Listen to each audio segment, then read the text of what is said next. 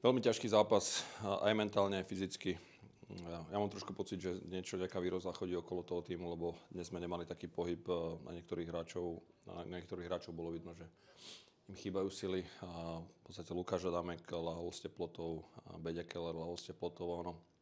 Asi sú ovplyvnení aj ďalší hráči, ale k tomu zápasu dostali sme hneď v podstate z prvej šance, z prvého prečíslenia gól. Ale mali sme celý zápas pred sebou, tá reakcia týmu bola veľmi dobrá. Hneď v prvej tretine sme si vytvorili veľa šancí, z ktorých sme síce neskorovali, ale bolo dobre, že sme sa do tých šancí dostávali a za stavu 1-1 ten zápas bol proste otvorený na obe strany, ale ja som prizvukol hráčom, že nebudeme proste sedieť vzadu a čakať, musíme hrať doma aktívne a pozorne samozrejme aj do obrany po strate puku a nakoniec ten víťazný gól prišiel v presilovke.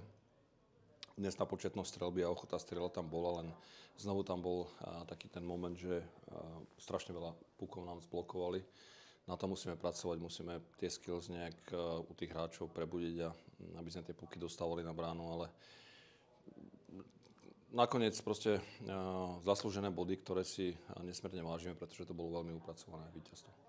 Nepovedal by som prekvapenie, pretože Talavka ukazovala aj v príprave, aj na začiatku sezóny, že vedel mať dobré zápasy, ale tie výkyvy tej výkonnosti boli zjavné a proste odohral výborný zápas a na druhý deň alebo o 2 dní odohral slabý zápas.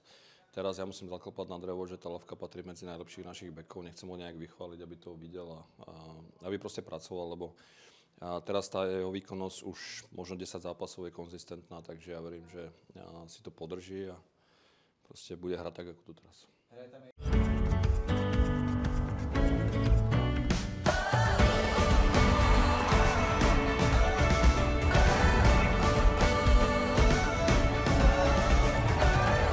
Fajn život, fajn Zlín.